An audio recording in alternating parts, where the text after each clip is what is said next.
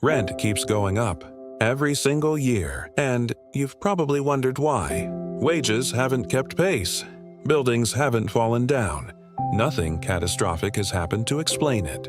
But the numbers on your lease renewal keep climbing anyway, and once you understand the real machinery behind it, you'll realize this was never really about your landlord being greedy. It's about a system quietly built, decision by decision, over the last 50 years. To make sure it works out exactly this way, picture two nearly identical apartments. Same size, same city, same era of construction. One rents for a price that feels reasonable. The other, a few years later, doesn't. Nothing about the physical building changed. What changed sits entirely outside the walls. The zoning code governing the lot next door, the ownership structure of the building itself, and the interest rate environment, pushing more renters into the same limited pool of units. Once you can see those three forces clearly, rent stops looking like a mystery and starts looking like an equation. Start with the most basic economic fact, the one almost no one likes hearing. Rent goes up when there isn't enough housing where people want to live. That sounds obvious, but the reason there isn't enough housing is anything but obvious. It's not because America ran out of land. It's because in most American cities, it is now illegal to build the kind of housing that would bring prices down. An economist at Harvard, named Edward Glaeser, has spent much of his career studying exactly this. Glaeser's research found that in many expensive American metro areas, the price of housing has drifted far above the actual cost of constructing it. In a normal, functioning market, if prices rise well above construction costs, builders rush in, build more, and prices fall back down. That's supposed to be the release valve. But in cities like San Francisco, New York, and Los Angeles, that release valve has been welded shut. Zoning laws in most of these cities make it illegal to build anything but detached single-family homes across the vast majority of residential land. No duplexes, no apartment buildings, no fourplexes. Just one house on one lot forever. Think about what that actually means for a city with a growing population. More people arrive every year, chasing jobs, chasing opportunity. But the number of homes allowed to exist on any given block was frozen decades ago by a zoning map, drawn up in the 1950s and 60s. The population wants to grow. The housing stock is legally forbidden to grow with it. When demand rises and supply is capped, price is the only thing left that can move. And it only moves in one direction. It helps to think of a city block as a container with a fixed number of slots. 60 years ago, someone decided that container could only ever hold a certain number of homes, no matter how many people wanted to live there. Since then, the city's population may have doubled or tripled. The container never got bigger. Everyone competing for those same fixed slots simply has to pay more to win one. Why would cities do this to themselves? This is where a political scientist named William Fischel offers an answer that reframes the entire issue. Fischel coined the term homevoter to describe a very simple, very human incentive. For most American families, their house is not just where they live. It's their single largest financial asset, often representing the majority of their net worth. And homeowners vote in local elections at far higher rates than renters. So, when a developer proposes a new apartment building nearby, existing homeowners have a direct financial incentive to show up at the city council meeting and vote it down. Because more housing supply nearby could, in theory, put a ceiling on how much their own home's value grows. Fischel's research suggests this isn't a conspiracy or corruption. It's just ordinary people rationally protecting their biggest investment, one zoning meeting at a time, in thousands of towns across the country for decades. The cumulative effect of millions of individually reasonable decisions is a national housing shortage. Notice what makes this pattern so durable. No single homeowner needs to think of themselves as blocking anyone from housing. Each one simply shows up to protect their own equity, their own neighborhood character, their own quiet street. Multiply that same reasonable, self-interested vote across every city council meeting in the country, year after year, and the sum of all those individually small decisions becomes a structural wall against new housing that no single person ever intended to build. And the shortage is not a small one. Depending on the estimate, researchers have placed the American housing deficit somewhere between 3 and 7 million homes. That gap didn't appear overnight. It built up slowly, year after year, every time a city council rejected a new apartment complex, every time a neighborhood association successfully blocked a rezoning request, every time a small starter home lot got legally locked into single-family-only status.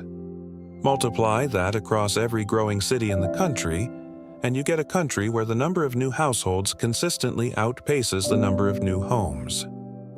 But zoning alone doesn't explain the full picture. Something changed in how housing gets financed too, and it's more recent. After the 2008 financial crisis, millions of American homes went into foreclosure. Ordinary families lost their houses in staggering numbers.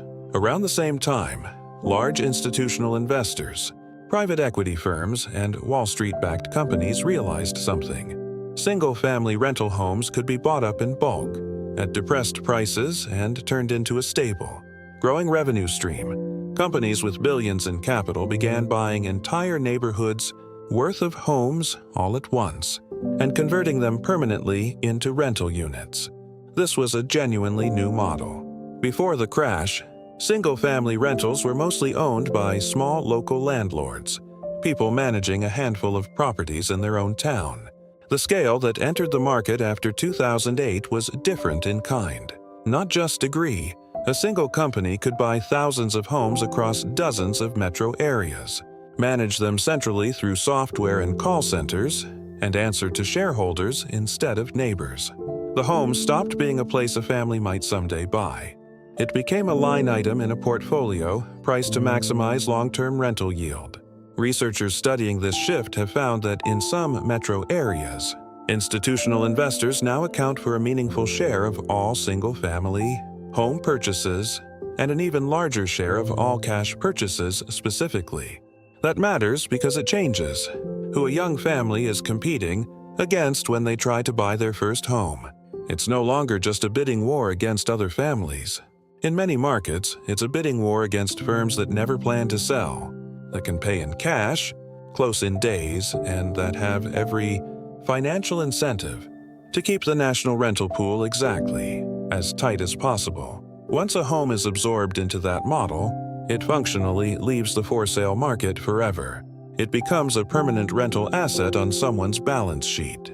Every home converted this way is one less starter home, available for the next generation of buyers, which pushes more people who would have bought into the rental market instead, which increases demand for rentals, which pushes rent higher still. There's a third force, quieter than the other two but just as persistent: interest rates. When mortgage rates rise, as they did sharply in recent years, the monthly cost of buying a home increases even if the sale price stays flat. Many households who could have bought are priced out of the mortgage market entirely, and they don't disappear. They shift into the rental market instead, adding demand to an already undersupplied pool of available units. Economists at several Federal Reserve regional banks have documented this exact pattern. Repeatedly, rate hikes cool home sales, but they don't cool the need for housing, so rental demand absorbs the overflow, and rents climb in response. Put these three forces together and the picture becomes clear. Zoning laws cap how many homes can legally exist. Institutional capital soaks up a growing share of the homes that do exist and converts them permanently into rentals. And every time buying a home becomes harder, more people get funneled into the same shrinking rental pool. None of these three forces created the rent crisis alone.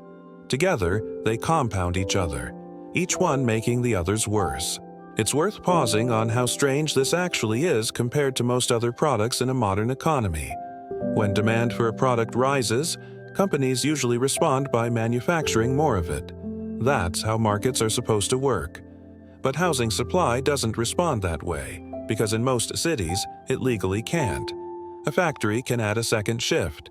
A farm can plant more acres next season, A city block zoned exclusively for single-family homes cannot spontaneously produce a fourplex no matter how badly the market wants one, because the law forbids it outright. Some cities have started testing what happens when that restriction is lifted. Minneapolis eliminated single-family-only zoning citywide in 2018, becoming one of the first major American cities to do so. Researchers who later studied the results found that rent growth in Minneapolis slowed measurably compared to similar metro areas that kept restrictive zoning in place. It wasn't a miracle fix, and it didn't make housing cheap overnight. But the direction was unmistakable. When cities allow more types of housing to be legally built, rent growth tends to ease. When they don't, it tends to keep climbing. This connects to something economist Raj Chetty and his research team at Opportunity Insights have spent years documenting. Where a person is able to afford to live has enormous, measurable effects on their children's future income, education, and health outcomes decades later. Housing access isn't just a monthly budget line.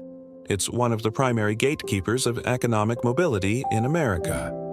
When zoning laws and investor consolidation keep entire cities effectively closed off to new housing, they're not just raising rent. They're quietly locking families out of the opportunities tied to those zip codes. So when your rent goes up again this year, it's tempting to blame your specific landlord, and sometimes that blame is fair. But the deeper cause sits above any individual landlord's decision. It sits in decades-old zoning maps that legally freeze neighborhoods in place. It sits in investment firms with balance sheets built around permanent rental conversion. It sits in interest rate decisions that push would-be buyers into the same shrinking rental pool year after year. None of these forces are accidents. Each one is the predictable result of a rule, written by someone, defended by someone, and still standing today. Rent keeps going up every single year, and now you know why.